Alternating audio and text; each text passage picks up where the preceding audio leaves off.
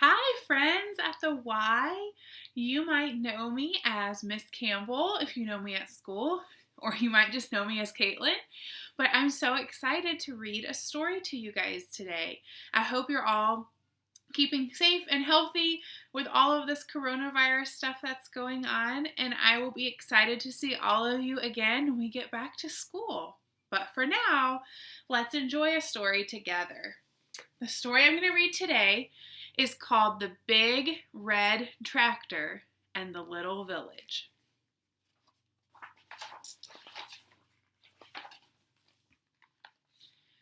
Once upon a time, in a happy little village, a big red tractor lived in a cozy little shed. Each year, when the snow started to melt, the villagers knew it was time to plow their field. So every morning they'd go out to the little shed and wake up the big red tractor. They loved the powerful put-put kaboom noises he made, and they cheered because the big red tractor helped them with their hardest job, plowing the field. Everyone worked together to move the big red tractor through the field. Half the villagers pushed him, and the other half pulled him. He smiled cheerfully, glad to help, even though they never seemed to move him very far.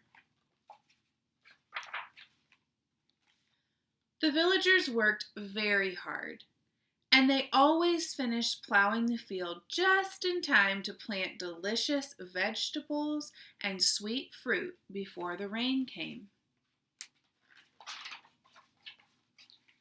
The rain fell from the sky and watered the field. Then the sun came out and made the seeds grow. Finally, the villagers gathered all the food in large baskets.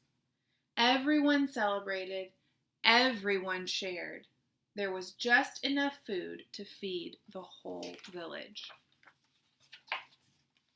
Then, one cold day, something amazing happened. Farmer Dave was cleaning out his attic and discovered a book tucked inside an old chest.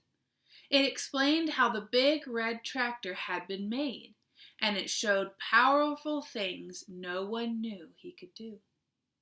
Farmer Dave stayed up all night reading the book. He couldn't wait to tell everyone what he had discovered.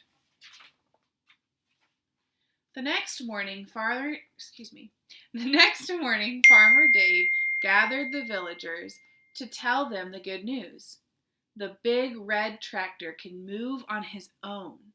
If we fix them, we could plow the entire field in just one day. But nobody believed him. There's no way the tractor can move on his own, they said. It's crazy, like a fairy tale. They laughed at him and went back to their work. This made Farmer Dave very sad. But Farmer Dave didn't stop believing what he had read. Every night, while the villagers were asleep, Farmer Dave stayed up late fixing the big red tractor.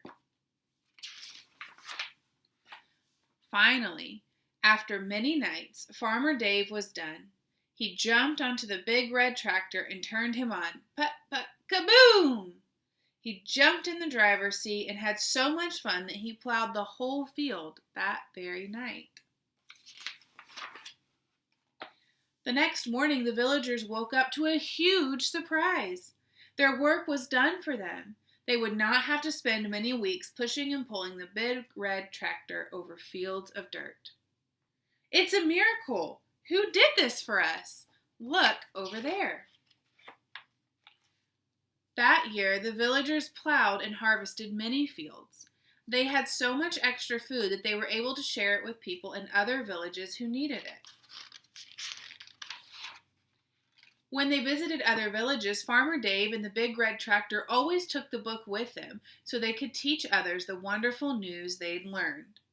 The little village kept sharing, and the villagers became known as the most generous people in the world.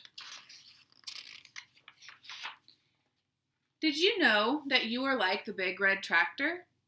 God made you, and He knows just how you work best. He wrote a book full of truth that you can read to help you know how to live too.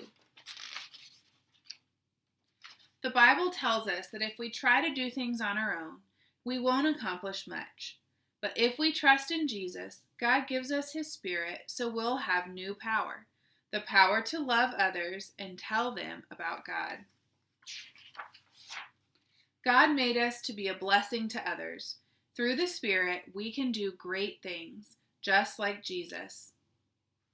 The end. Isn't that a good story? It's so cool to be reminded that God made each of us and He loves us all. I hope you have a super great rest of your day, and I look forward to seeing you out and about when we're able to be around each other again.